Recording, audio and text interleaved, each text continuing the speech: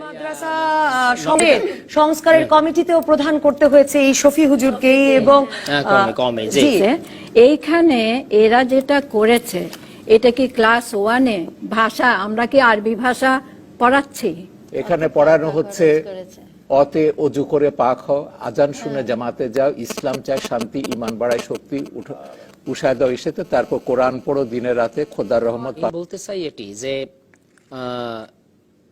পাঠ্যপুস্তকের অন্তর্ভুক্তিকরণ অথবা কোনো বিষয় বাদ দেওয়া, তাতে কোনো মৌলবাদী গোষ্ঠী তারা কে দাবি করলো না করলো সেই দিকে বিবেচনা করে যদি পাঠ্যপুস্তক সংশোধন করা হয় সেটি কোনো ক্রমে কাম্য নয়, এবং সেটি তো হতেই পারে না। কারণ আমরা চাচ্ছি একটি বিজ্ঞান মনস্ক জাতি বিনির্মাণের জন্য আমাদের ভালো মানের কন্টেন্ট সহ এই জাতি বিষয়বস্তুটা সমৃদ্ধ থাকে, দেশপ্রেম আসে, মুক্তিযুদ্ধের প্রতি শ্রদ্ধাবোধ বাড়ে, এবং এই ধরনের জাতীয় প্রেমে যারা উদ্বুদ্ধ হবে, দেশপ্রেমে উদ্বুদ্ধ হবে, এই ধরনের নাগরিক তৈরি করার জন্য যেটি দরকার। সেই 70-এর দশক থেকে আমরা এগুলো দেখছি যে আমাদের শিশুরা কি পড়ছে, তখন থেকে আমরা এগুলো লিখছি, বলছি, এবং এমনকি এই যে সর্বশেষ নির্মূল কমিটি থেকে আমরা যে শ্বেতপত্রটি প্রকাশ করেছি গত জুলাইতে, 3 খণ্ডের এই শ্বেতপত্র, তার মধ্যে এর একটা বড় অংশ আছে আমাদের শিশুরা কি পড়ছে, মাদ্রাসায় কি পড়ছে, সাধারণ পাঠ্যক্রমে কি পড়ছে, কিন্ডারগার্টেনে কি পড়ছে, ইংরেজি মাধ্যমে কি পড়ছে। হ্যাঁ, আমাদের বইয়ের ছাপার মান বেড়েছে, বাধাইয়ের মান বেড়েছে, কাগজের মান বেড়েছে, চেহারা সুন্দর হয়েছে। এই যে সৌন্দর্য তো আমি নমুনা দিতে পারি এইরকম, তাতে সরকারি বই নয়, গান গাওয়া ভালো, সরকারের না, আমাদের শিশুরা পড়ছে, সরকার হোক বেসরকারি হোক, আমাদের শিশুরা এই বই পড়ছে। এই যে গান গাওয়া ভালো নয়, বা আরেকটা বইতে পেয়েছি গান গাওয়া হারামের ইয়েটা কি, শানে নজরুলটা কি, আমরা এখানে আমাদের রিপোর্টে আছে।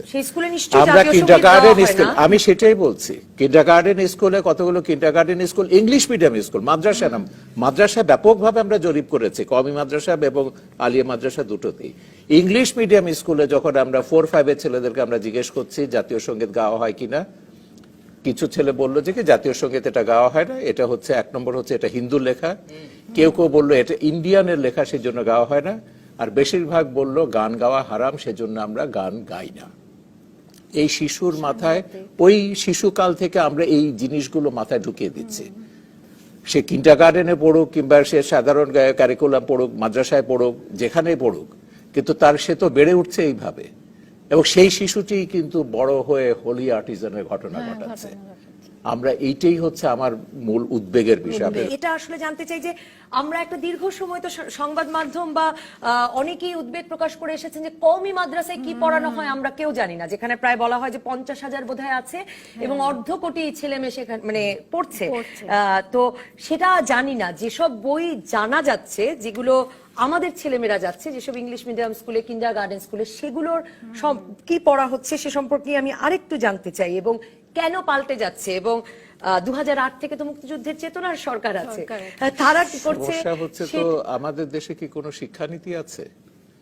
2008 সালে মুক্তিযুদ্ধের পক্ষে সরকার ক্ষমতায় এসে অধ্যাপক কবির চৌধুরীর নেতৃত্বে একটা শিক্ষা কমিশন গঠন করেছিলেন, যথাসময়ে তারা রিপোর্টটি সরকারকে দিয়েছেন, কিন্তু হেফাজত, জামাতের আপত্তির কারণে, মোল্লাদের আপত্তির কারণে সেটাকে এখন হিমঘরে রেখে দেওয়া হয়েছে।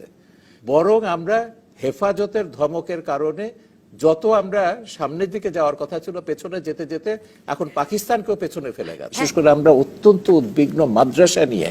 1 কোটি বাচ্চাকে আমি জামাতিদের হাতে, হেফাজত ওহাবিদের হাতে জিম্মি করে রেখে দিতে পারি না, ওখানে আমার হাত দিতেই হবে। শফি চাইবে না বলে আমাকে তাহলে আগে সিদ্ধান্ত নিতে হবে। মুক্তিযুদ্ধের চেতনায় দেশ চলবে না, শফির চেতনায়, হেফাজতের চেতনায় দেশটা চলবে, সেইটা আমাকে আগে সিদ্ধান্ত নিতে হবে।